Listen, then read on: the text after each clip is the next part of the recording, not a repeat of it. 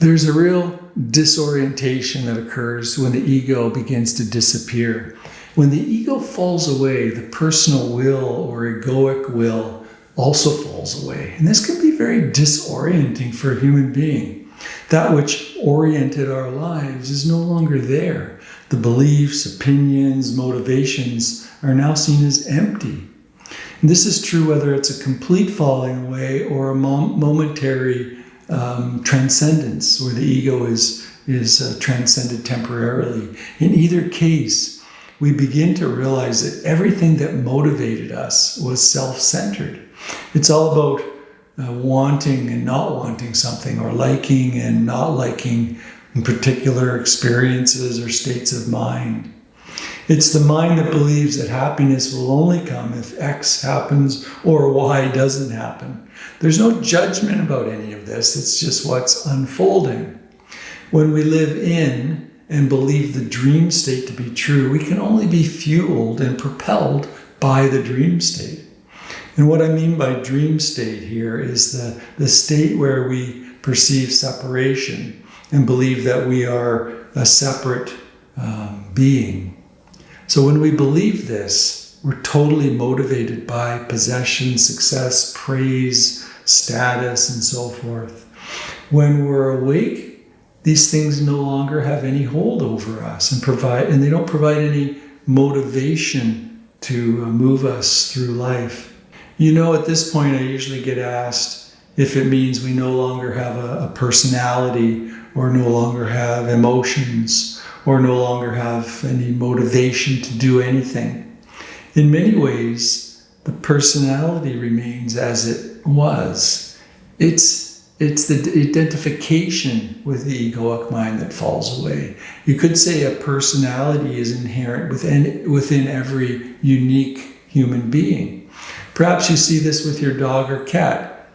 Even the tree on my front lawn has a unique personality, branches growing in different ways. In terms of emotions, we still have emotions. We still feel sad when somebody dies. We still feel elation when we become grandparents or parents. We'll still feel pain when we stub our toe. In fact, we still feel all the baseline suffering that any human being lives with, what the Buddha called dukkha dukkha. The suffering that falls away is the unnecessary suffering that's produced by the mind. For some, this is probably 90% of overall suffering. In terms of motivation, we're no longer motivated by the personal will. There's a complete disappearance of a you that you thought you were. The world, as you know it, is gone. As you can imagine, this can be quite disorienting. You find that what motivated you before does not motivate you anymore. For example, I took my job as a professor very personally, and I felt it was very important. In this, the ego structure was intact and being supported by this notion of the professor.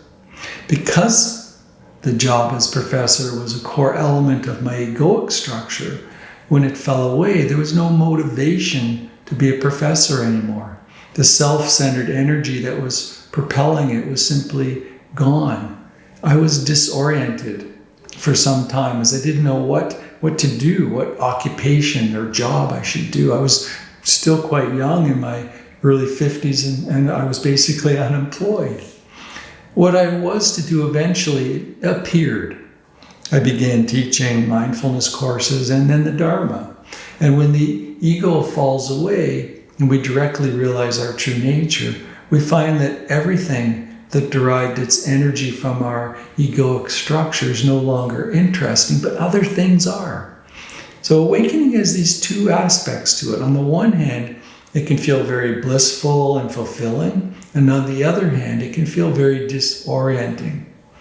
Over time, the disorientation dissolves, and we're motivated by a kind of will that comes from the whole, comes from life, or what I've called collective consciousness. So I hope this helps you in your journey in dealing with with life as the ego falls away. And if you found this helpful, May you please subscribe to the channel, as I really appreciate the subscriptions. Be well and see you soon.